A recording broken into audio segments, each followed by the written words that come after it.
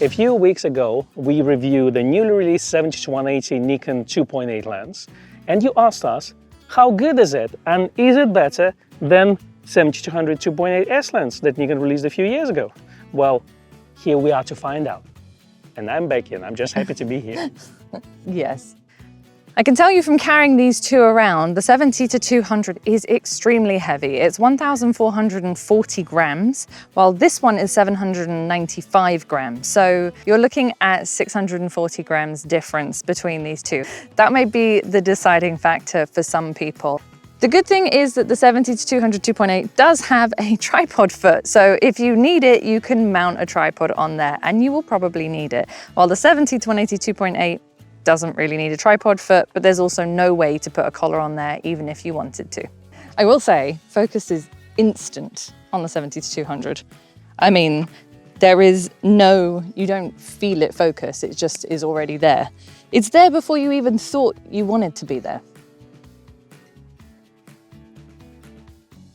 Need a 500 mil. Yeah. Do you have them in your pocket? Yeah, I carry one with me at all times.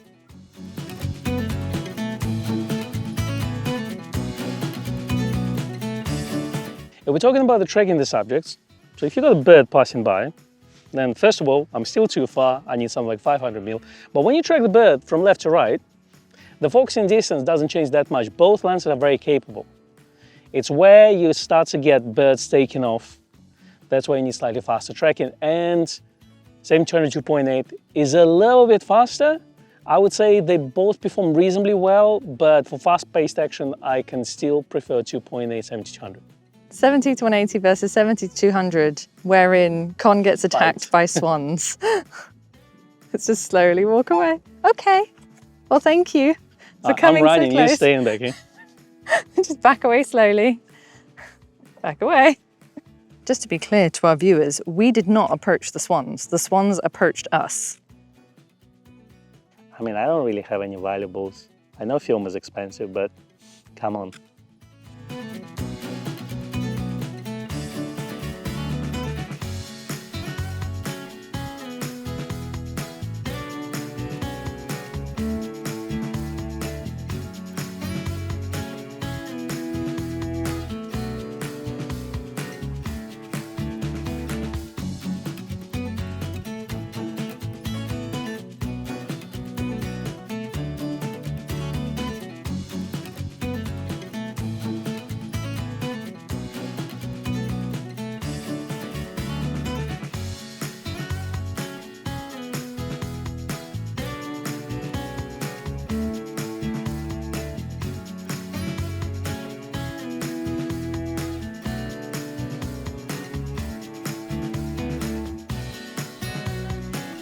All right, let's do some portraits then. So we're gonna use 70-200, wide open at 70 as well as 200, and we're gonna do exactly the same with 70-180.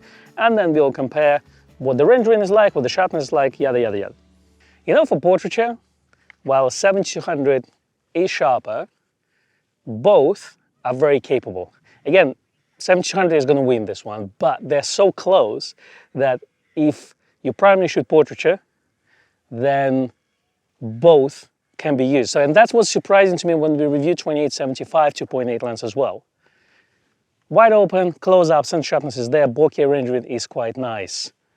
So technically, I would say yes, 70-200 is still going to win this one, but they're so close that for portrait photographers on the budget, 70-180 will do the job. So now we've put the 70-180 and the 70-200 side by side on a tripod, shooting a brick wall, the usual stuff. Stuff you love. We know you love it.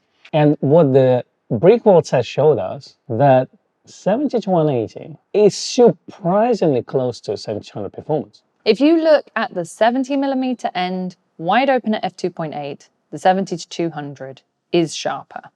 However, if we look at the corners, we can see that the 70-180 really holds its own against the 70-200. It's actually sharper in this case. Now, when we stop down to f8, the results are almost the same. We are really splitting hairs to see a difference here. True. Part of the problem with comparing the longer end is obviously that both of these lenses have a different longer end focal length, and when you put them on exactly the same tripod, the 70-200 is much bigger, so it's actually a bit closer to the wall. This made it quite difficult to see the true difference between them. 70-180 lens actually sharper than 70-200 2.8 at 200 wide open at 2.8 in the corners. The center sharpness is about the same. 70-200 is a tiny bit sharper, but really it's splitting hairs here. In terms of vignetting, at the 70mm end on both lenses, they both vignette a little bit wide open. It disappears by about 5.6 on both lenses.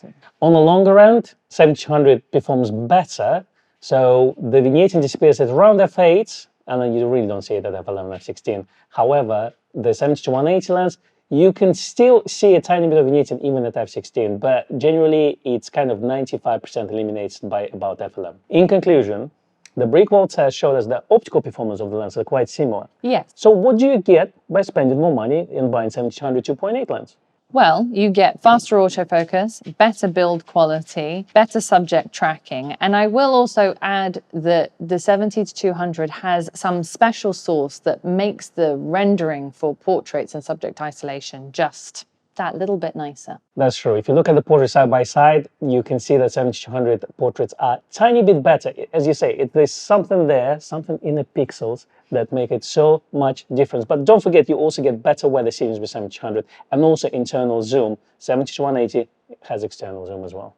The 70-180 is incredible value though. For a saving of about £600, you get an incredibly sharp lens. So if you're not doing fast moving tracking or sports or wildlife subjects, then to be honest, the 70-180 is really, really good. And don't forget, it's also smaller and lighter, which means much better for travel. And for some of you who had 70-28 lens and 28-75, it's going to be a perfect addition to the 2.8 Trinity from Nikon. There you go. We hope you found this video useful. Please give us a like and a subscribe if you did, and let us know what you think in the comments below. If you found this video super useful, there's a super thanks button as well, so hit it if you can.